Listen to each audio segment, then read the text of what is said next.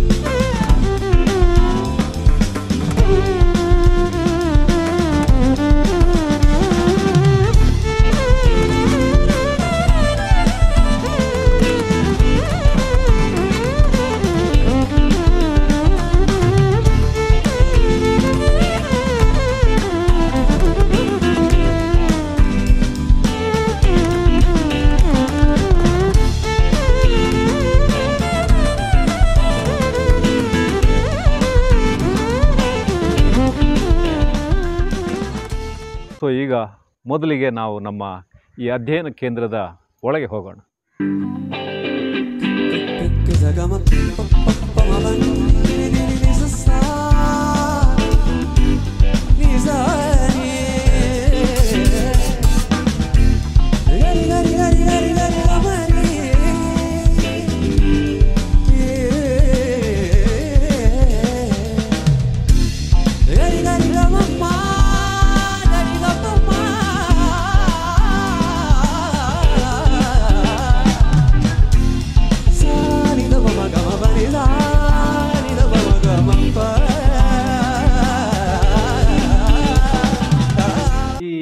ಒಂದು ಚಿತ್ರಶಾಲೆಯನ್ನು ನೋಡ್ತಾ ಇದ್ದಾಗೆ ತಮಗೆ ಒಂದು ಅನುಮಾನ ಬರಬಹುದು, ಇದು ಯಾವಾಗ ಪ್ರಾರಂಭ ಆಯಿತು, ಹೇಗೆ ಪ್ರಾರಂಭ ಆಯಿತು ಅನ್ನತಕ್ಕಂಥ ವಿಚಾರ.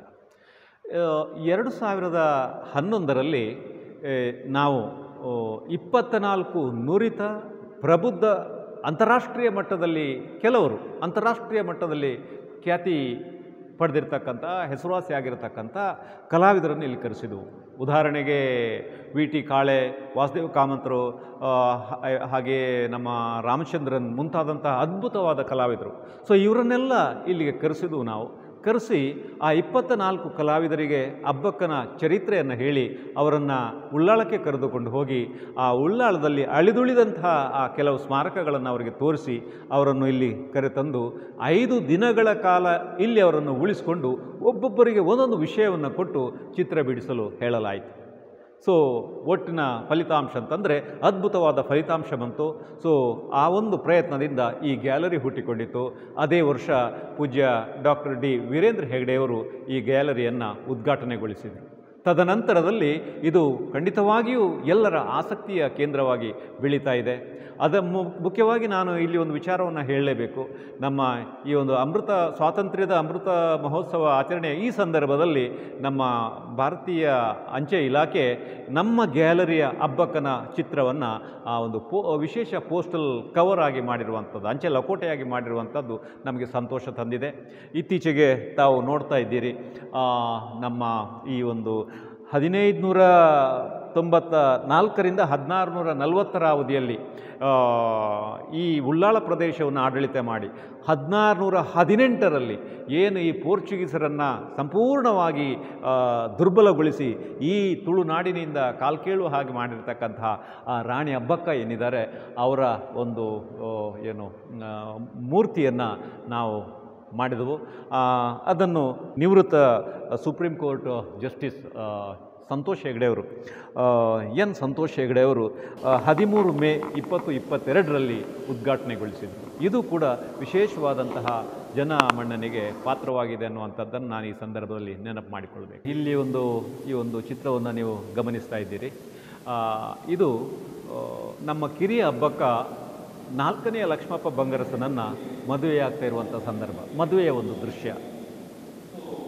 ಅದೇ ರೀತಿಯಲ್ಲಿ ನೀವು ಇಲ್ಲಿ ನೋಡ್ತಾ ಇದ್ದೀರಿ, ಈ ರಾಣಿ ಹಬ್ಬಕ್ಕ ನಮ್ಮ ಉಳ್ಳಾಳದ ಸೋಮನಾಥೇಶ್ವರ ದೇವಾಲಯದ ಹಿಂಭಾಗದಲ್ಲಿ ನಿಂತು ಈ ಶತ್ರು ಪಾಳ್ಯ ಏನಿದೆ, ಪೋರ್ಚುಗೀಸರ ಹಡಗು ಬರುವಂಥ ದೃಶ್ಯ ಏನಿದೆ, ಅದನ್ನು ತನ್ನ ಸೈನಿಕರ ಜೊತೆಯಲ್ಲಿ ನೋಡ್ತಾ ಇರುವಂಥ ದೃಶ್ಯ.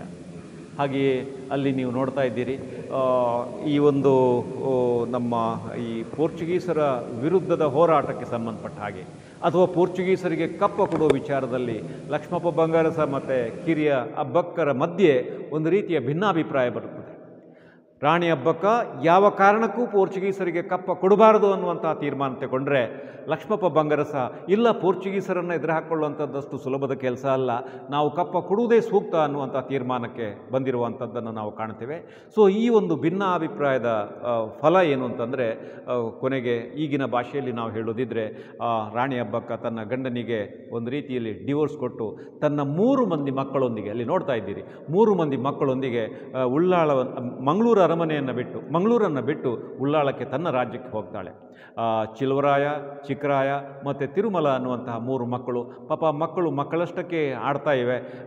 ಅವುಗಳಿಗೆ ಏನು ನಡೀತಾ ಇದೆ, ತಮ್ಮ ಅಪ್ಪ ಅಮ್ಮಂದಿರ ಈ ಒಂದು ಸಂಘರ್ಷದ ಬಗ್ಗೆ ಅಥವಾ ಒಂದು ಕೋಪದ ಬಗ್ಗೆ ಅವರಿಗೆ ತಿಳಿದಿಲ್ಲ, ಅಥವಾ ಪೋರ್ಚುಗೀಸರ ಉಪಟಳದ ಬಗ್ಗೆ ಅವರಿಗೆ ತಿಳಿದಿಲ್ಲ.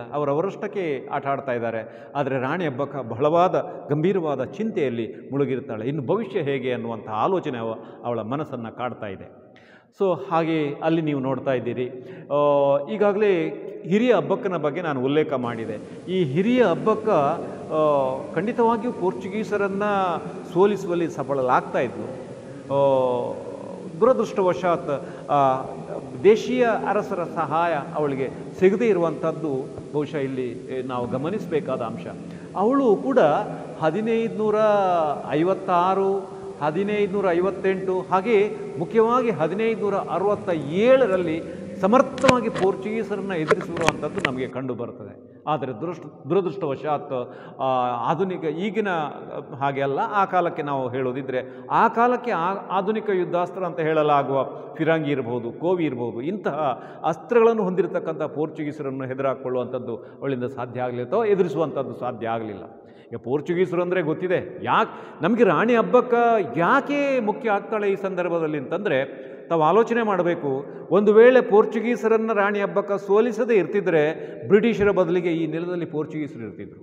ಪೋರ್ಚುಗೀಸರ ಒಂದು ಇತಿಹಾಸವನ್ನು ನಾವು ನೋಡಿದರೆ, ಮೋಸ, ವಂಚನೆ, ಕ್ರೂರತ್ವಕ್ಕೆ ಇನ್ನೊಂದು ಹೆಸರು ಅಂತ ಹೇಳಿದರೆ ಪೋರ್ಚುಗೀಸರು, ಅಥವಾ ಮತಾಂಧತೆಗೆ ಇನ್ನೊಂದು ಹೆಸರು ಅಂತ ಹೇಳಿದರೆ ಪೋರ್ಚುಗೀಸರು. ಅಂತಹ ಒಂದು ಪೋರ್ಚುಗೀಸರನ್ನು ಎದುರಿಸಬೇಕಾದ್ರೆ, ಆ ಕಾಲಕ್ಕೆ ಅಂತಾರಾಷ್ಟ್ರೀಯ ಮಟ್ಟದಲ್ಲಿ ಖ್ಯಾತಿ ಮಾಡಿರ್ತಕ್ಕಂಥ ಒಂದು ರಾಜಕೀಯ ಶಕ್ತಿ ಅದು. ಅಂತಹ ಪೋರ್ಚುಗೀಸರನ್ನು ಉಳ್ಳಾಳದಂತಹ ಒಂದು ಸಣ್ಣ ಪ್ರಾಂತ್ಯದ ರಾಣಿಯರು ಅಥವಾ ರಾಣಿ ಎದುರಿಸುವಂಥದ್ದು ಅಥವಾ ಎದುರಿಸಿ ಸೋಲಿಸಿರುವಂಥದ್ದು ಸಣ್ಣ ವಿಚಾರ ಏನಲ್ಲ. ಸೊ ಹಾಗಾಗಿ ಈ ಹಿರಿಯ ಹಬ್ಬಕ್ಕನ ಬಗ್ಗೆ ಯಾಕೆ ನಾನು ಉಲ್ಲೇಖ ಮಾಡಿದೆ ಅಂತಂದರೆ, ತನ್ನಿಂದ ಸಾಧ್ಯವಾಗದ ಕೆಲಸವನ್ನು ಮುಂದೆ ನೀನಾದರೂ ಸಾಧಿಸಬೇಕು ಅನ್ನೋಂತಹ ಒಂದು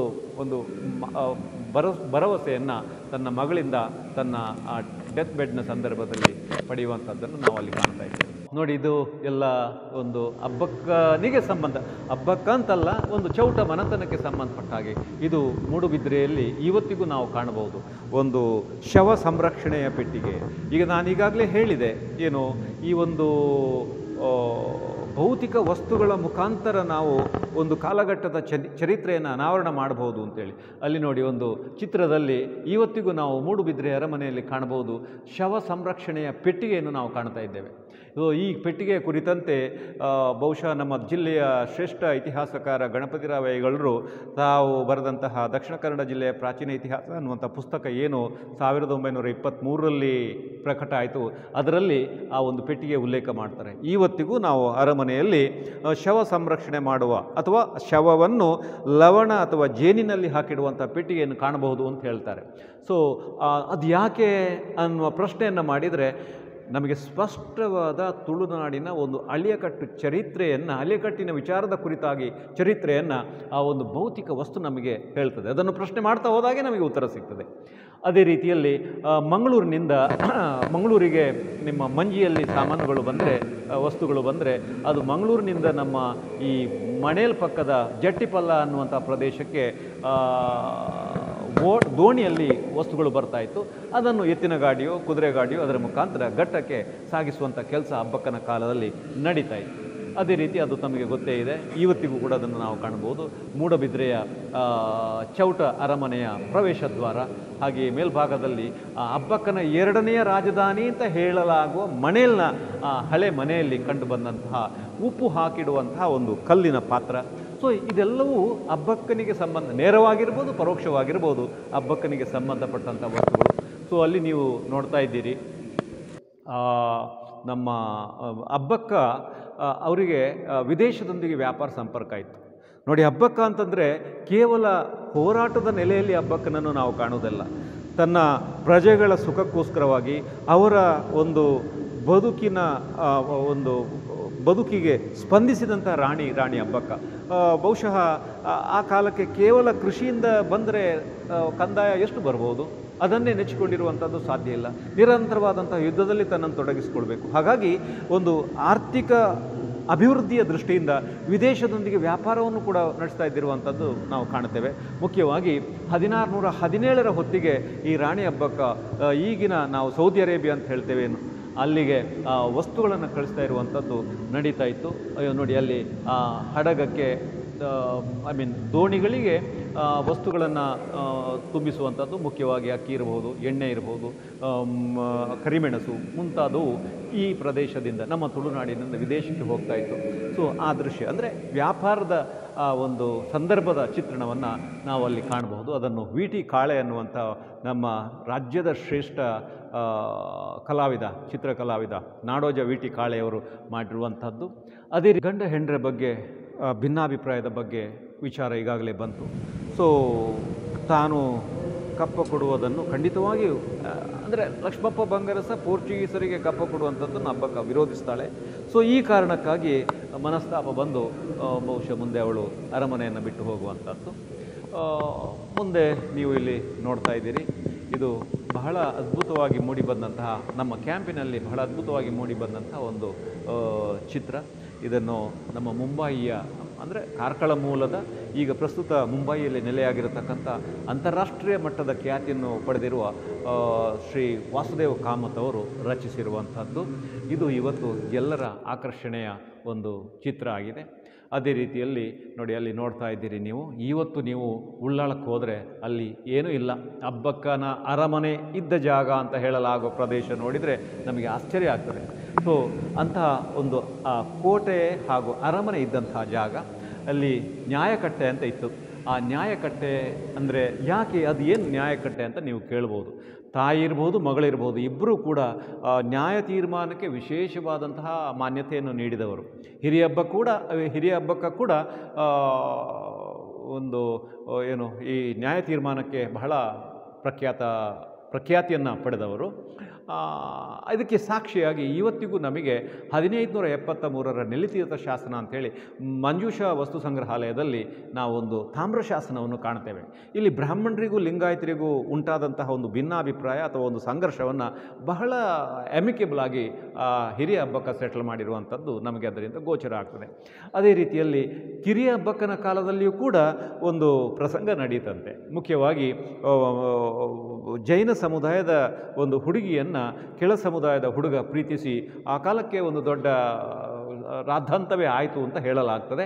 ಅಂತಹ ಸಂದರ್ಭದಲ್ಲಿ ಹಬ್ಬಕ್ಕ ಬಹುಶಃ ಅದನ್ನು ಬಹಳ ಒಂದು ಒಳ್ಳೆಯ ರೀತಿಯಲ್ಲಿ ತೀರ್ಮಾನ ಮಾಡಿರುವಂಥದ್ದನ್ನು ನಾವು ಕಾಣ್ತೇವೆ. ಅಂದರೆ ಸಂಘರ್ಷಕ್ಕೆ ಎಡೆಯಾಗದೆ ಆ ಯುವ ಪ್ರೇಮಿಗಳ ಒಂದು ಮದುವೆಯನ್ನು ತನ್ನ ನೇತೃತ್ವದಲ್ಲಿ ನಡೆಸಿದ್ಲು ಅನ್ನುವಂಥದ್ದನ್ನು ನೋಡುವಾಗ ಬಹುಶಃ ಎಂಥ ವಿಶಾಲ ಹೃದಯದ ರಾಣಿ ಆಗಿರಬೇಕು ಆ ರಾಣಿ ಹಬ್ಬಕ್ಕ ಅನ್ನುವಂಥದ್ದು ನಮ್ಮ ಗಮನಕ್ಕೆ ಬರ್ತದೆ. ಅದೇ ರೀತಿಯಲ್ಲಿ ಅಲ್ಲಿ ನೋಡ್ತಾ ಇದ್ದೀರಿ ನೀವು, ಪೀತ್ರೋ ದಲಾವೆಲ್ಲೆ ಅಂತ ನಾವು ಕೇಳ್ತೇವೆ. ಈ ಪೀತ್ರೋ ದೆಲ್ಲಾ ವೆಲ್ಲೆ ಅಂತಂದರೆ ಜಿನೇವಾದ ಒಲ್ಲೆ ಎನ್ನುವಂತಹ ಪ್ರದೇಶದಿಂದ ಬಂದಿರತಕ್ಕಂಥ ಒಬ್ಬ ಪ್ರವಾಸಿ ಪೀತ್ರೋ. ಈ ಪೀತ್ರೋ ದೆಲ್ಲಾ ವೆಲ್ಲೆ ಅಬ್ಬಕ್ಕನನ್ನು ನೋಡುವ ಉದ್ದೇಶದಿಂದ ಭಾರತಕ್ಕೆ ಬಂದಿರ್ತಾನೆ. ಆ ಕತೆ ಏನು ಅಂತ ಕೇಳಿದರೆ, ಈ ಪೀತ್ರೋ ದೆಲ್ಲಾ ವೆಲ್ಲೆ ಅವ ಇಟಲಿಯವ, ಈಗಾಗಲೇ ನಾನು ಹೇಳಿದ ಹಾಗೆ ಪ್ರವಾಸಕ್ಕೆ ಹೋಗಬೇಕು ಅಂತ ಹೊರಟಿದ್ದಾನೆ. ಈಗ ಎಲ್ಲಿಗೆ ಪ್ರವಾಸಕ್ಕೆ ಹೋಗುವುದು ಅಂತ ಯೋಚನೆ ಮಾಡಿದಾಗ ಆ ಕಾಲಕ್ಕೆ ಅಂತಾರಾಷ್ಟ್ರೀಯ ಮಟ್ಟದಲ್ಲಿ ಖ್ಯಾತಿ ಪಡೆದಿರತಕ್ಕಂಥ ಪರ್ಷಿಯಾದ ಶಾ ಅಬ್ಬಾಸ್ನ ನೋಡಬೇಕು ಅಂತೇಳಿ ಮನಸ್ಸಾಯ್ತು ಅವನಿಗೆ. ಈ ಪರ್ಷಿಯಾದ ಶಾ ಅಬ್ಬಾಸನ ಒಂದು ದರ್ಬಾರಿಗೆ ಹೋಗಿದ್ದಾನೆ ಅವನು. ತಾನು ಬಂದಂಥ ವಿಚಾರವನ್ನು ನಮ್ಮ ಶಾ ಅಬ್ಬಾಸನ ಬಳಿ ಹೇಳಿಕೊಳ್ತಾನೆ. ಶಾ ಅಬ್ಬಾಸನ ನೋಡಿ ಆದ ಬಳಿಕ ಶಾ ಅಬ್ಬಾಸ್ ಹೇಳ್ತಾನೆ, ನನ್ನನ್ನು ನೋಡಿದ್ದೀನಿ ನೀನು ಸರಿ, ಆದರೆ ನೀನು ನೋಡಬೇಕಾದ ಇನ್ನೊಂದು ಜನ ಇದೆ. ಏನು, ಉಳ್ಳಾಳದಲ್ಲಿ ಒಬ್ಬಳು ರಾಣಿ ಅಬ್ಬಕ್ಕ ಅಂತಿದ್ದಾರೆ, ಅವಳನ್ನು ನೀನು ನೋಡಬೇಕು ಅಂತೇಳಿ. ಈ ಪೀತ್ರೋಗೂ ಕೂಡ ಎಲ್ಲೋ ಅಬ್ಬಕ್ಕ ಅನ್ನುವಂಥ ಹೆಸರನ್ನು ಕೇಳಿದ್ದೇನಲ್ಲ ಅಂತ ಅನ್ನಿಸ್ತು. ಮತ್ತೆ ಅವನಿಗೆ ನೆನಪಾಯಿತು, 1618ರಲ್ಲಿ ರಾಣಿ ಅಬ್ಬಕ್ಕ ಅನ್ನುವಂತಹ ಒಬ್ಬಳು ಉಳ್ಳಾಳದ ರಾಣಿ ಪೋರ್ಚುಗೀಸರನ್ನು ಸೋಲಿಸಿರುವಂಥದ್ದು ಅಂತಾರಾಷ್ಟ್ರೀಯ ಮಟ್ಟದ ಸುದ್ದಿಯಾಗಿತ್ತು ಅಂತೇಳಿ. ಸೊ ಹೀಗೆ ಅವನು ಪರ್ಷಿಯಾದಿಂದ ಹೊರಟವನೇ ಭಾರತಕ್ಕೆ ಬಂದು ಉಳ್ಳಾಳಕ್ಕೆ ಬರ್ತಾನೆ. ಉಳ್ಳಾಳದಲ್ಲಿ ರಾಣಿ ಇಲ್ಲ ಅಂತೇಳಿ ಆಯಿತು.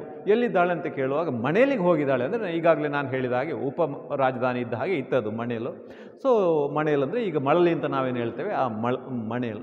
ಅಲ್ಲಿಗೆ ಹೋದರೆ ಅಲ್ಲಿಯೂ ಕೂಡ ಬೀಡಿನಲ್ಲಿ ರಾಣಿ ಅಬ್ಬಕ್ಕ ಇರಲಿಲ್ಲ. ಎಲ್ಲಿ ಹೋಗಿದ್ದಾಳೆ ಅಂತ ಹೇಳಿದರೆ, ರಾಣಿ ಅಬ್ಬಕ್ಕ ಯಾವುದೋ ಒಂದು ಕಟ್ಟದ ಕಾಮಗಾರಿಯ ಉಸ್ತುವಾರಿ ನೋಡೋದಕ್ಕೆ ಹೋಗಿದ್ದಾರೆ. ಬೆಳಿಗ್ಗೆ ಹೋದರೆ ಬರುವುದು ಸಂಜೆ ಅನ್ನುವಂಥ ವಿಚಾರ ತಿಳಿತವನಿಗೆ. ಸೊ ಕಷ್ಟ ಆಯ್ತಲ್ಲ ಅಂಥೇಳಿ ಆಲೋಚನೆ ಮಾಡ್ತಾ ರಾಣಿ ಅಬ್ಬಕ್ಕನಿಗಾಗಿ ಕಾಯ್ತಾ ಇರ್ತಾನೆ. ಅಲ್ಲಿ ಇದ್ದಂಥ ಏಕಮಾತ್ರ ರಾಜಬೀದಿಯಲ್ಲಿ ಆಚೆಚೆ ಓಡಾಡ್ತಾ ಇರಬೇಕಾದ್ರೆ ಒಮ್ಮಿಂದೊಮ್ಮೆಲೆ ದುಭಾಷೆ ಹೇಳ್ತಾ ಇದ್ದಾನೆ, ನೋಡು ರಾಣಿ ಅಬ್ಬಕ್ಕ ಬರ್ತಾ ಇದ್ದಾಳೆ ಅಂತೇಳಿ.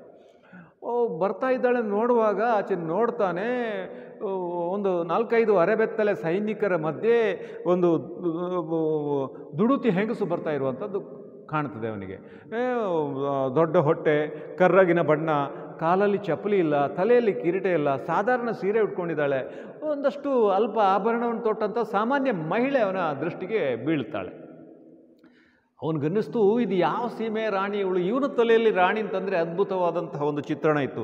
ಆದರೆ ಇವಳನ್ನು ನೋಡಿದರೆ ನಮ್ಮ ಅಡಿಗೆ ಮನೆಯ ಸಾಮಾನ್ಯ ಅಡಿಗೆ ಕೆಲಸದವಳ ಹಾಗೆ ಕಾಣ್ತಾ ಇದ್ದಾಳಲ್ಲ ಅಂತ ಅನ್ನಿಸಿದರೆ, ಮತ್ತೆ ಅವನೇ ಮುಂದುವರೆದು ಹೇಳ್ತಾನೆ, ಮೇಲ್ನೋಟಕ್ಕೆ ರಾಣಿ ಹಾಗೆ ಕಂಡಿರಬಹುದು, ಆದರೆ ಅವಳು ಆ ನಡುಬೀದಿಯಲ್ಲಿ ನಿಂತು ನನ್ನಲ್ಲಿ ಮಾತಾಡಿಸಿದಂಥ ರೀತಿ, ಆ ಮಾತಿನ ಗಾಂಭೀರ್ಯ, ವರ್ಚಸ್ಸು, ಆ ಒಂದು ಅವಳ ಘನತೆ, ಇದನ್ನೆಲ್ಲ ನೋಡುವಾಗ ರಾಣಿ ಇವಳು ಹೌದು ಅಂತ ಅನ್ನಿಸ್ತು. ಇದು ಸಾಮಾನ್ಯ ರಾಣಿಯನ್ನಲ್ಲ, ಇವಳು ಬಹುಶಃ ಅಂತಾರಾಷ್ಟ್ರೀಯ ಮಟ್ಟದಲ್ಲಿ ಇವಳು ಹೆಸರು ಮಾಡಿರುವಂಥದ್ದು ಸೂಕ್ತವೇ ಇದೆ ಅನ್ನುವಂಥ ಆ ಒಂದು ವಿಚಾರವನ್ನು ಅವನೇ ತನ್ನ ಪ್ರವಾಸಿ ಕಥನದಲ್ಲಿ ಈ ಪಿಯಾತ್ರೋ ಹೇಳ್ತಾನೆ. ಏನೇ ಇರಲಿ, ಸೊ ಹೀಗೆ ಇಲ್ಲಿ ನಾವು ಮುಖ್ಯವಾಗಿ ಗಮನಿಸಬೇಕಾದ, ಆಗ ಹೇಳಿದ ಹಾಗೆ ನಾನು ಕೇವಲ ಹೋರಾಟದ ನೆಲೆಯಲ್ಲಿ ಅಲ್ಲ, ಈಗ ಅವಳು ನೋಡಿ ತನ್ನ ಪ್ರಜೆಗಳ ಕುರಿತಂತೆ ರಾತ್ರಿ ಹಗಲು ಯೋಚನೆ ಮಾಡುವಳು ರಾಣಿ. ಸೊ ಈ ಒಂದು ಈಗಿನ ಒಂದು ರಾಜಕೀಯ ವ್ಯವಸ್ಥೆಗೂ ಆಗಿನ ರಾಜಕೀಯ ವ್ಯವಸ್ಥೆಗೂ ನಾವು ಹೋಲಿಕೆ ಮಾಡಿದರೆ, ಬೆಳಿಗ್ಗೆ ಈ ಒಂದು ಕಾಮಗಾರಿಯ ಉಸ್ತುವಾರಿ ನೋಡೋದಕ್ಕೆ ಹೊರಟಂಥ ರಾಣಿ ಬರೋದು ಸಂಜೆ. ನಿರಂತರ ತನ್ನ ಕೆಲಸದ ಆಳುಗಳ ಜೊತೆಗೆ ನಿಂತುಕೊಂಡು ಆ ಒಂದು ಕಾಮಗಾರಿಯ ಒಂದು ವೀಕ್ಷಣೆ ಮಾಡ್ತಾ ಇದ್ಲು ಅಥವಾ ಉಸ್ತುವಾರಿಯನ್ನು ನೋಡ್ತಾ ಇದ್ಲು ಅಂತಂದರೆ ನಾವು ಆಲೋಚನೆ ಮಾಡಬೇಕು, ಎಂತಹ ಒಂದು ಸಮರ್ಪಣಾ ಭಾವದ ರಾಣಿ ಇದ್ದಿರಬೇಕು ರಾಣಿ ಅಬ್ಬಕ್ಕ ಅನ್ನುವಂಥ ವಿಚಾರ. ಸೊ ಹಾಗೆ ಇದು ಬಹುಶಃ ಆ ಕೃಷಿ ಮುಖ್ಯವಾಗಿ ಅಬ್ಬಕ್ಕನಿಗೆ ಒಂದು ಅತಿ ಪ್ರಿಯವಾದಂತಹ ಕೆಲಸ. ಸೊ ಹಾಗಾಗಿ ನಮ್ಮ ಚಿತ್ರ ಕಲಾವಿದರು ಕೃಷಿಗೆ ಸಂಬಂಧಪಟ್ಟ ಕೆಲವು ದೃಶ್ಯಗಳನ್ನು ಚಿತ್ರಿಸಿದ್ದಾರೆ. ಇಲ್ಲಿ ನೋಡಿ, ತಾನೇ ಸ್ವತಃ ಆಗಾಗ ನಿರಂತರವಾದ ಹೋರಾಟ ಪೋರ್ಚುಗೀಸರೊಂದಿಗೆ, ಹಾಗಾಗಿ ಕೋಟೆ ಕೆಡವುವಂಥದ್ದು ಕಟ್ಟುವಂಥದ್ದು ಆಗ್ತಾಲೇ ಇತ್ತು. ಸೊ ಆ ಕೆಡವಿದ ಕೋಟೆಯನ್ನು ಮತ್ತೆ ರಾಣಿ ಅಬ್ಬಕ್ಕ ಕಟ್ಟಿಸುವ ಆ ಕೆಲಸದ ಉಸ್ತುವಾರಿಯನ್ನು ನೋಡ್ತಾ ಇರುವಂಥದ್ದನ್ನು ನಾವು ಕಾಣಬಹುದು. ಹಾಗೆ ಇಲ್ಲಿ ರಾಣಿ ಅಬ್ಬಕ್ಕನ ಆ ಪಟ್ಟಾಭಿಷೇಕದ ದೃಶ್ಯ ನೋಡಿ. ಈಗ ಒಂದು ಪಟ್ಟಾಭಿಷೇಕದ ಸಂದರ್ಭವನ್ನು ನಾನು ಈಗ ನೆನಪು ಮಾಡಿಕೊಂಡ್ರೆ ಆ ಶವ ಸಂರಕ್ಷಣೆಯ ಪೆಟ್ಟಿಗೆಯ ನೆನಪಾಗ್ತದೆ. ಮತ್ತು ಆ ಶವ ಸಂರಕ್ಷಣೆಯ ಪೆಟ್ಟಿಗೆಯ ಮುಖಾಂತರ ಒಂದು ಪಟ್ಟಾಭಿಷೇಕ ಸಂದರ್ಭದ ಕೆಲವು ಚಿತ್ರಣಗಳನ್ನು ನಾವು ಕಣ್ಮುಂದೆ ತಂದುಕೋಬಹುದು. ಅದು ಏನೇ ಇರಲಿ, ಅದನ್ನು ಬಹುಶಃ ವಸ್ತು ಸಂಗ್ರಹಾಲಯಕ್ಕೆ ಹೋದ ನಂತರ ನಾವು ನೋಡೋಣ. ಇಲ್ಲಿ ಬಹುಶಃ ಒಂದು ಪಟ್ಟಾಭಿಷೇಕ ಸಂದರ್ಭವನ್ನು ನಾವು ನೋಡ್ತಾ ಇದ್ದೇವೆ. ಆ ಕಾಲಕ್ಕೆ ಒಂದು ಸೀಮೆ ಇದ್ದರೆ ಆ ಸೀಮೆಗೆ ಇದ್ದಂಥ 4 ಗುತ್ತುಗಳು, ಆ 4 ಗುತ್ತುಗಳಿಗೆ 4 ಜವಾಬ್ದಾರಿ ಇತ್ತಂತೆ. ಒಬ್ಬನಿಗೆ ಪಟ್ಟದಲ್ಲಿ ಕೂರಿಸುವಂಥ ಒಂದು ಜವಾಬ್ದಾರಿ, ಎರಡನೇವನಿಗೆ ಪಟ್ಟದ ಕತ್ತಿಯನ್ನು ಕೊಡುವಂತಹ ಜವಾಬ್ದಾರಿ, ಮೂರನೇವನಿಗೆ ಆ ಘೋಷಣೆ ಮಾಡತಕ್ಕಂತಹ ಒಂದು ಜವಾಬ್ದಾರಿ, ಅದೇ ರೀತಿಯಲ್ಲಿ ನಾಲ್ಕನೆಯ ಒಂದು ಗುತ್ತಿನವನಿಗೆ ಪಟ್ಟದ ಉಂಗುರವನ್ನು ತೊಡಿಸುವಂತಹ ಜವಾಬ್ದಾರಿ. ಇದೆಲ್ಲ ಅವರ ಸ್ಥಾನಮಾನಕ್ಕೆ ಸರಿಯಾಗಿ ಆ 4 ಗುತ್ತುಗಳಿಗೆ ಕೊಟ್ಟಿರತಕ್ಕಂಥ ಮಾನ್ಯತೆ. ಸೊ ಅಂತೂ ಒಟ್ಟಿನಲ್ಲಿ ಇದರಿಂದ ಆ ಒಂದು ಕಾಲಘಟ್ಟದ ಒಂದು ಪಟ್ಟಾಭಿಷೇಕದ ಸಂದರ್ಭವೋ ಅಥವಾ ರಾಜಕೀಯ ವ್ಯವಸ್ಥೆಯ ಚಿತ್ರಣವನ್ನು ನಾವು ಬಹುಶಃ ನೋಡಬಹುದು. ಆ ದೃಶ್ಯ ಈ ಒಂದು ಪೇಂಟಿಂಗ್ನ ಮುಖಾಂತರ ನಾವು ಕಾಣ್ತೇವೆ. ಇದನ್ನು ಒಬ್ಬ ಒಳ್ಳೆಯ ಕಲಾವಿದ, ಮೂಲತಃ ತಮಿಳುನಾಡಿಗೆ ಸೇರಿರೋ ನಮ್ಮಲ್ಲಿ ನೆಲೆ ನಿಂತಹ ಕಂದನ್ ಅನ್ನುವಂತಹ ಒಬ್ಬ ಚಿತ್ರ ಕಲಾವಿದ ಅದನ್ನು ಬಿಡಿಸಿರುವಂಥದ್ದು. ಇದು ಸುಭಾಷ್ ಕಮ್ಮಾರ್ ಅನ್ನುವಂಥವರು ಬಿಡಿಸಿರ್ತಕ್ಕಂಥ ಚಿತ್ರ. ಇಲ್ಲಿ ರಾಣಿ ಅಬ್ಬಕ್ಕ ಕಡಾಖಂಡಿತವಾಗಿ ಪೋರ್ಚುಗೀಸರಿಗೆ ಕಪ್ಪ ನಿರಾಕರಣೆ ಮಾಡುವಂತಹ ದೃಶ್ಯವನ್ನು ನಾವು ಕಾಣ್ತಾ ಇದ್ದೇವೆ. ಹಾಗೆ ಇದು ಈಗಾಗಲೇ ನಾನು ಹೇಳಿದೆ, 4-5 ಅರೆಬೆತ್ತಲೆ ಸೈನಿಕರ ಮಧ್ಯೆ ಒಬ್ಬಳು ದುಡುತಿ ಹೆಂಗಸು ಬರುವಂಥದ್ದನ್ನು ಪೀತ್ರೋ ಗಮನಿಸಿದ ಅಂಥೇಳಿ ಒಂದು ಕಡೆಯಿಂದ ಪೀತ್ರೋ ನಿಂತಿರುವಂಥದ್ದನ್ನು ಕಾಣ್ತೇವೆ. ಅದೇ ರೀತಿಯಲ್ಲಿ ಆ ಒಂದು ತಾಳೆಗರಿಯ ತತ್ರವನ್ನು ರಾಣಿ ಅಬ್ಬಕ್ಕನಿಗೆ ಹಿಡಿಯಲಾಗಿದೆ. ಸೊ ಅಲ್ಲಿ ಕಾಣ್ತಾ ಇರುವಂಥವಳು ರಾಣಿ ಅಬ್ಬಕ್ಕ. ಇದು ಬಹಳ ಮುಖ್ಯವಾದಂತಹ ಒಂದು ಚಿತ್ರ. ಇದನ್ನು KN ರಾಮಚಂದ್ರನ್ ಅನ್ನುವರು ಬಿಡಿಸಿರುವಂಥದ್ದು, ಚಿತ್ರಿಸಿರುವಂಥದ್ದು. ಇದರ ಪ್ರಾಮುಖ್ಯತೆ ಏನಪ್ಪ ಅಂತ ಕೇಳಿದರೆ, ಈಗಾಗಲೇ ನಾನು ಹೇಳಿದ ಹಾಗೆ 1617ರ ಸಂದರ್ಭದಲ್ಲಿ ಏನು ರಾಣಿ ಅಬ್ಬಕ್ಕ ತನ್ನ ಹಡಗವನ್ನು ವ್ಯಾಪಾರದ ಹಡಗವನ್ನು ವಿದೇಶಕ್ಕೆ ಕಳಿಸ್ಕೊಟ್ಟಿದ್ಲು, ಅದನ್ನು ಪೋರ್ಚುಗೀಸರು ಲೂಟಿ ಮಾಡ್ತಾರೆ. ಸೊ ಈಗಾಗಲೇ ಪೋರ್ಚುಗೀಸರ ಬಗ್ಗೆ ಅತೀವವಾದಂಥ ಕೋಪ ಇದ್ದ ರಾಣಿ ಅಬ್ಬಕ್ಕನಿಗೆ ಈ ಒಂದು ಘಟನೆ ಮತ್ತಷ್ಟು ಬಹುಶಃ ಅವಳ ರೋಷಾಗ್ನಿಗೆ ಕಾರಣ ಆಗ್ತದೆ. ಸೊ ಇದರ ಪರಿಣಾಮವೇ 1618ರ ಹೊತ್ತಿಗಿನ ಯುದ್ಧ. ಸೊ ಆ ಯುದ್ಧ ಸಂದರ್ಭವನ್ನು ನಾವು ನೆನಪು ಮಾಡಿಕೊಂಡ್ರೆ, ಪೋರ್ಚುಗೀಸರಲ್ಲಿ ಈಗಾಗಲೇ ನಾನು ಹೇಳಿದ ಹಾಗೆ ಬಲಿಷ್ಠವಾದಂಥ ಸೈನ್ಯ ಇತ್ತು, ಆಧುನಿಕ ಯುದ್ಧಾಸ್ತ್ರಗಳಿತ್ತು. ಈಗ ಗೋವಾದಿಂದ 3000 ಸೈನಿಕರನ್ನು ಉಳ್ಳಾಳಕ್ಕೆ ಕಳಿಸಿಕೊಟ್ಟಿದ್ದಾರೆ. ಆ ಹಡಗಗಳು ನಮ್ಮ ಉಳ್ಳಾಳದ ಸಮೀಪ ಲಂಗರ್ ಹಾಕಿದೆ. ವಿಚಾರ ರಾಣಿ ಅಬ್ಬಕ್ಕನಿಗೆ ತಿಳಿದಿದೆ. ಆದರೆ ರಾಣಿ ಅಬ್ಬಕ್ಕನ ಸ್ಥಿತಿಯನ್ನು ನಾವು ಆಲೋಚನೆ ಮಾಡಬೇಕು. ಆ ಕಾಲಕ್ಕೆ ಸುಮಾರು 40-50 ಸಾವಿರ ಜನಸಂಖ್ಯೆ ಇದ್ದಿರತಕ್ಕಂಥ ಉಳ್ಳಾಳದಂಥ ಒಂದು ಸಣ್ಣ ಪ್ರಾಂತ್ಯದ ರಾಣಿ ಹತ್ರ ಸೈನ್ಯ ಇದ್ದರೆ ಎಷ್ಟಿರ್ಬೋದು? ಅವಳು ಏನು ಮಾಡಿದ್ಲು ಅಂದರೆ ನೋಡಿ, ಸೈನ್ಯದ ಅನ್ನುವಾಗ ಇಲ್ಲಿ ಸೈನ್ಯದ ಸಂಖ್ಯೆ ಮುಖ್ಯ ಅಲ್ಲ, ಆ ಸೈನ್ಯದಲ್ಲಿದ್ದಿರ್ತಕ್ಕಂಥ ಸೈನಿಕರು ಹೇಗೆ ಇದ್ದರು ಅನ್ನುವಂಥದ್ದು. ಸೊ ಇವಳ ಬಳಿ ಇದ್ದಂಥ ಸೈನಿಕರು ಇವಳಿಗೆ ಬಹುಶಃ ಪ್ರಾಣತ್ಯಾಗ ಮಾಡೋದಕ್ಕೂ ಸಿದ್ಧರಿರ್ತಕ್ಕಂಥ ಒಂದು ನಿಷ್ಠಾವಂತ ಸೈನಿಕರಾಗಿದ್ದರು. ಸೊ ಈಗ ಶತ್ರು ಸೈನ್ಯ ಬಂದಿದೆ. ಸೊ ಈಗ ರಾಣಿ ಅಬ್ಬಕ್ಕ ಏನು ಮಾಡುವುದು ಅನ್ನುವಂತಹ ಒಂದು ಗೊಂದಲದಲ್ಲಿದ್ದಾಳೆ. ಅಂತಹ ಸಂದರ್ಭದಲ್ಲಿ ಅವಳು ಈಗಿನ ನಾವು ಭಾಷೆಯಲ್ಲಿ ಹೇಳೋದಿದ್ದರೆ ಒಂದು ಗೆರಿಲ್ಲಾ ಯುದ್ಧ ತಂತ್ರವನ್ನು ಅವಳು ಬಳಕೆ ಮಾಡಿದ್ಲು ಅಂತ ಹೇಳಿದರೆ ತಪ್ಪಲ್ಲ. ಏನದು ಅಂತ, ಗೆರಿಲ್ಲಾ ಅಂದರೆ ಬಹುಶಃ ಶಿವಾಜಿಯವರು ಈ ಮುಸಲ್ಮಾನರ ವಿರುದ್ಧ ದಾಳಿ ನಡೆದಿರ್ತಕ್ಕಂಥ ಸಂದರ್ಭದಲ್ಲಿ ಗೆರಿಲ್ಲಾ ದಾಳಿ ರೀತಿಯಲ್ಲಿ ದಾಳಿ ಮಾಡಿದರು ಅಂತ ನಾವು ಕೇಳ್ತೇವೆ. ಸೊ ಅದೇ ಅಂದರೆ ಸಡನ್ನಾಗಿ ಅಟ್ಯಾಕ್ ಮಾಡುವಂಥದ್ದು. ಸೊ ಆ ದಾಳಿಯನ್ನು ಶತ್ರು ಸೈನ್ಯ ನಿರೀಕ್ಷೆಯೇ ಮಾಡಿರುವುದಿಲ್ಲ. ಅಂತಹ ಒಂದು ಶಾಕ್ ಕೊಡುವಂತಹ ಯುದ್ಧ ಸಂದರ್ಭಗಳು. ಸೊ ಈ ರಾಣಿ ಅಬ್ಬಕ್ಕ ಅದೆಲ್ಲ ಗುಡ್ಡಗಾಡು ಬೆಟ್ಟ ಪ್ರದೇಶದಲ್ಲಿ ಗೆರಿಲ್ಲಾ ಯುದ್ಧ ಸಾಮಾನ್ಯ. ಆದರೆ ಇಲ್ಲಿ ಈ ನಮ್ಮ ಕರಾವಳಿಯಲ್ಲಿ ಯಾವ ರೀತಿಯ ಗೆರಿಲ್ಲಾ ತಂತ್ರ ಅಂತ ಹೇಳಿದರೆ, ಈ ರಾಣಿ ಅಬ್ಬಕ್ಕ ಮಾಡಿದ್ದೇನಪ್ಪ ಆ ಸಂದರ್ಭಕ್ಕೆ ಅಂತಂದರೆ, ತನ್ನ ನಿಷ್ಠಾವಂತ ಸೈನಿಕರೇನಿದ್ದಾರೆ 300-400 ಸೈನಿಕರನ್ನು ಒಬ್ಬೊಬ್ಬರನ್ನು ಒಂದೊಂದು ನಾಡದೋಣಿಯಲ್ಲಿ ಕೂರಿಸಿ, ಅಲ್ಲಿ ಆ ನಾಡದೋಣಿಯಲ್ಲಿ ಒಂದಷ್ಟು ತೆಂಗಿನ ಗರಿಯ ತೂಟೆಯನ್ನು ತುಂಬಿಸಿ ರಾತ್ರೋರಾತ್ರಿ ಅಂದರೆ ಮಧ್ಯರಾತ್ರಿ ಈ ಒಂದು ಶತ್ರು ಸೈನಿಕರ ಆ ಹಡಗವನ್ನು ಮುತ್ತಿಗೆ ಹಾಕಿರುವಂಥದ್ದು. ಸುತ್ತುವರೆದು ನಿಂತಹ ಆ ಸಂದರ್ಭದಲ್ಲಿ ಈ ಪೋರ್ಚುಗೀಸ್ ಸೈನಿಕರು ಕುಡಿದ ಮತ್ತಿನಲ್ಲಿ ನಿದ್ದೆಗೆ ಜಾರಿದ್ದಾರೆ. ಈ ಹೊರಭಾಗದಲ್ಲಿ ಏನಾಗ್ತಾ ಇದೆ ಅನ್ನುವಂಥ ಪರಿವೆ ಅವರಿಗಿಲ್ಲ. ಇಂತಹ ಸಂದರ್ಭವನ್ನು ಬಳಕೆ ಮಾಡಿಕೊಂಡು ರಾಣಿ ಅಬ್ಬಕ್ಕ ಏನು ತನ್ನ ಸೈನಿಕರು ಈ ಒಂದೊಂದು ನಾಡದೋಣಿಯಲ್ಲಿ ಕೂತಿದ್ದಾರೆ ಈಗ, ಅಥವಾ ಏನು ಆ ಒಂದು ಪೋರ್ಚುಗೀಸರ ಹಡಗವನ್ನು ಮುತ್ತಿಗೆ ಹಾಕಿದ್ದಾರೆ, ಆ ಹಡಗದ ಮೇಲೆ ತೆಂಗಿನ ಗರಿಗೆ ಹೊಣ್ಣೆ ಎಣ್ಣೆಯನ್ನು ಸುರಿದು ಬೆಂಕಿ ಹಚ್ಚಿ ಅದನ್ನು ಎಸೆದಿರುವಂಥದ್ದು. ಒಂದು 4 ಮೂಲೆಯಿಂದಲೂ ಈ ರೀತಿಯಾಗಿ ತೆಂಗಿನ ಗರಿಯ ತೂಟೆ, ಉರಿಯುವ ತೂಟೆಯನ್ನು ಆ ಹಡಗಗಳಿಗೆ ಎಸೆದಂಥ ಸಂದರ್ಭದಲ್ಲಿ ಆ ಒಂದು ಬೆಂಕಿಯ ಜ್ವಾಲೆಗೆ ಬಹುಶಃ ಬೆಂಕಿಗೆ ಆ ಹಡಗುಗಳು ಸುಟ್ಟು ಕರಕಲಾದವು. ಅದೇ ರೀತಿ ಈ ಒಂದು ಸೈನಿಕರು ಏನಿದ್ದಾರೆ, ನಿದ್ದೆಯ ಮಂಪರ್ನಲ್ಲಿದ್ದಂಥ ಸೈನಿಕರು ಏನಾಗ್ತಾ ಇದೆ ಅನ್ನುವಂತಹ ಗೋಚರ ಆಗುವುದರ ಹೊತ್ತಿಗೆ ಒಂದಷ್ಟು ಬೆಂಕಿ ಆಗಿದೆ. ಒಂದಷ್ಟು ಜನ ಬೆಂಕಿಯ ಜ್ವಾಲೆಗೆ ಸತ್ತರೆ ಉಳಿದವರು ನೀರಿಗೆ ಹಾರ್ತಾರೆ. ನೀರಿಗೆ ಹಾರಿರ್ತಕ್ಕಂಥ ಸೈನಿಕರನ್ನು ತನ್ನ ಕತ್ತಿ ಗುರಾಣಿಯಿಂದ ರಾಣಿ ಅಬ್ಬಕ್ಕನ ಸೈನಿಕರು ಇರಿದು ಕೊಲ್ತಾರೆ. ಉಳಿದವರು ಗೋವಾಕ್ಕೆ ಪರಾರಿಯಾಗ್ತಾರೆ. ಈ ರೀತಿಯ ಒಂದು ವಿಶೇಷವಾದ ಯುದ್ಧ ತಂತ್ರದಿಂದ ಆ ರೀತಿಯ ಬಲಿಷ್ಠ ಸೈನ್ಯವನ್ನು ರಾಣಿ ಅಬ್ಬಕ್ಕ ಸೋಲಿಸುವುದು ಸಾಧ್ಯವಾಯಿತು. ಇದು ಆ ಕಾಲಕ್ಕೆ ಅಂತಾರಾಷ್ಟ್ರೀಯ ಮಟ್ಟದ ಸುದ್ದಿ ಆಯಿತು. ರಾಣಿ ಅಬ್ಬಕ್ಕ ಅನ್ನೋಳು ಪೋರ್ಚುಗೀಸರನ್ನು ಸೋಲಿಸಿದ್ಲಂತೆ. ಅದು ಯುರೋಪಿನ ಬೀದಿಲಿ, ಹೋಟೆಲಲ್ಲಿ, ಬಾರಿನಲ್ಲಿ ಎಲ್ಲೆಲ್ಲೂ ಇದೇ ಸುದ್ದಿ. ಹೇಗೆ ಸಾಧ್ಯ ಆಯಿತು ಅಂತಂದರೆ, ಅಲ್ಲಿ ಸುದ್ದಿ ಏನು ಪ್ರಚಾರ ಆಗಿತ್ತು ಅಂತಂದರೆ, ರಾಣಿ ಅಬ್ಬಕ್ಕನ ಕೈಯಲ್ಲಿ ಬೆಂಕಿಯ ಬಾಣ ಇತ್ತು.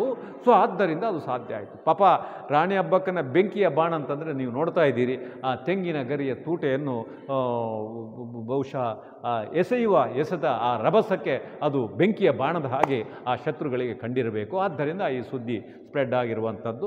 ಸೊ ಇದಕ್ಕೆ ನಾನು ಹೇಳಿರುವಂಥದ್ದು, ಈ ರೀತಿಯ ಒಂದು ಯಶಸ್ಸನ್ನು ಸಾಧಿಸಿರುವಂಥ ರಾಣಿ ಅಬ್ಬಕ್ಕನನ್ನು ನಮ್ಮ ಕರಾವಳಿಯ ಒಬ್ಬ ಶ್ರೇಷ್ಠ ಇತಿಹಾಸಕಾರ ಡಾಕ್ಟರ್ ಸೂರ್ಯನಾಥ್ ಕಾಮತ್ರು ಇಂಗ್ಲೆಂಡಿನ ಮೊದಲನೆಯ ಎಲಿಜಬೆತ್ಗೆ ಹೋಲಿಸ್ತಾರೆ. ಅಂದರೆ 1588ರಲ್ಲಿ ಮೊದಲನೆಯ ಎಲಿಜಬೆತ್, ಇಂಗ್ಲೆಂಡಿನ ಮೊದಲನೆಯ ಎಲಿಜಬೆತ್ ಸ್ಪೇನ್ ಮತ್ತು ಪೋರ್ಚುಗಲ್ನ ನೇವಲ್ ಪವರನ್ನು ಸಂಪೂರ್ಣವಾಗಿ ನಾಶ ಮಾಡಿದವಳು. ಹಾಗಾಗಿ ಅವರು ಅಂತಾರಾಷ್ಟ್ರೀಯ ಮಟ್ಟದ ಸುದ್ದಿಯಾಗಿದ್ದರು. ಅದೇ ರೀತಿಯಲ್ಲಿ ಎಲಿಜಬೆತ್ನ ರೀತಿಯಲ್ಲೇ ನಮ್ಮ ತುಳುನಾಡಿನ ರಾಣಿ ಅಬ್ಬಕ್ಕ ಈ ನಿಮ್ಮ ಪೋರ್ಚುಗಲ್ನ ನೌಕಾಪಡೆಯನ್ನು ಸಂಪೂರ್ಣವಾಗಿ ತನ್ನ ಸಾಮರ್ಥ್ಯದಿಂದ ಸೋಲಿಸಿರುವಂಥದ್ದು ಅಥವಾ ಈ ರೀತಿಯ ಒಂದು ಯಶಸ್ಸನ್ನು ಕಂಡಿರುವಂಥದ್ದು ಅದ್ಭುತವಾದ ವಿಚಾರ. ಸೊ ಆದ್ದರಿಂದ ಕಾಮತ್ರು ಎಲಿಜಬೆತ್ಗೆ ನಮ್ಮ ರಾಣಿ ಅಬ್ಬಕ್ಕನನ್ನು ಹೋಲಿಸಿರುವಂಥದ್ರಲ್ಲಿ ಉತ್ಪ್ರೇಕ್ಷೆ ಏನಿಲ್ಲ ಅಂತ ನಾವು ಹೇಳಬಹುದು. ಮಣೇಲ್ನ ಈಚೆ ದಡದಲ್ಲಿ ನಮ್ಮ ಪೊಳಲಿ ರಾಜರಾಜೇಶ್ವರಿ ದೇವಸ್ಥಾನ ಇದೆ. ರಾಣಿ ಅಬ್ಬಕ್ಕ ಆಗಾಗ ಆ ರಾಜರಾಜೇಶ್ವರಿ ದೇವಿಯ ದರ್ಶನ ಪಡೀತಾ ಇದ್ಲು. ಸೊ ಆ ರೀತಿ ದರ್ಶನ ಪಡೆಯುವಂಥ ಒಂದು ಸಂದರ್ಭವನ್ನು ನಾವು ಕಾಣಬಹುದು. ಇಲ್ಲಿ ಮುಖ್ಯವಾಗಿ ನಾವು ಒಂದು ನೆನಪು ಮಾಡಿಕೋಬೇಕು, ಈ ರೀತಿಯಾಗಿ ರಾಣಿ ಅಬ್ಬಕ್ಕ ಪೊಳಲಿ ರಾಜರಾಜೇಶ್ವರಿಯ ದರ್ಶನ ಪಡೆಯುವುದಕ್ಕೆ ಹೋದಂಥ ಸಂದರ್ಭದಲ್ಲಿ, ಅಂದರೆ ಗಂಡ ಹೆಂಡರ ನಡುವೆ ಭಿನ್ನಾಭಿಪ್ರಾಯ ನಂತರದ ದಿನಗಳಲ್ಲಿ ಈ ರಾಣಿ ಅಬ್ಬಕ್ಕ ಈ ಪೊಳಲಿ ರಾಜರಾಜೇಶ್ವರಿ ದೇವಿಯ ದರ್ಶನ ಪಡೆಯುವುದಕ್ಕೆ ಹೋಗಿರ್ತಕ್ಕಂಥ ಸಂದರ್ಭದಲ್ಲಿ ತನ್ನ ಮಡದಿಯನ್ನು ತನ್ನ ಸೈನಿಕರ ಮುಖಾಂತರ ಅರೆಸ್ಟ್ ಮಾಡಿ ತನ್ನ ಅರಮನೆಗೆ ಕರೆಸಿಕೊಂಡ ವಿಚಾರ ನಾವು ಕೆಲವು ದಾಖಲೆಗಳಿಂದ ತಿಳಿತೇವೆ. ಸೊ ಅಂಥ ಸಂದರ್ಭದಲ್ಲಿ ರಾಣಿ ಅಬ್ಬಕ್ಕ ತನ್ನ ಗಂಡನಿಗೆ ಕೊಟ್ಟಂಥ ಒಂದು ಉತ್ತರ ನಿಜವಾಗಿಯೂ ಬಹಳ ನಾವು ಹೆಮ್ಮೆ ಪಡಬೇಕಾದಂಥದ್ದು. ಏನು ಹೇಳ್ತಾಳೆ ಅವಳು, ಅಲ್ಲ ಬಾ ಎಂದು ಕರೆದಾಗ ಬರುವಂಥ ಮಡದಿಯನ್ನು ಈ ರೀತಿ ಸೈನಿಕರನ್ನು ಕಳಿಸಿ ನೀನು ಅರೆಸ್ಟ್ ಮಾಡಿ ನನ್ನನ್ನು ತಂದಿದೆಯಲ್ಲ, ನಾಚಿಕೆ ಆಗಬೇಕು ನಿನಗೆ ಅಂತೇಳಿ. ಬಹುಶಃ ಇವಳ ತೀಕ್ಷ್ಣವಾದ ಮಾತಿನಿಂದ ನಾಚಿಕೆ ಪಟ್ಟು ಲಕ್ಷ್ಮಪ್ಪ ಬಂಗರಸ ರಾಣಿ ಅಬ್ಬಕ್ಕನನ್ನು ರಿಲೀಸ್ ಮಾಡಿದ ಅನ್ನುವಂಥ ಒಂದು ವಿಚಾರವನ್ನು ನಾವು ತಿಳಿತೇವೆ.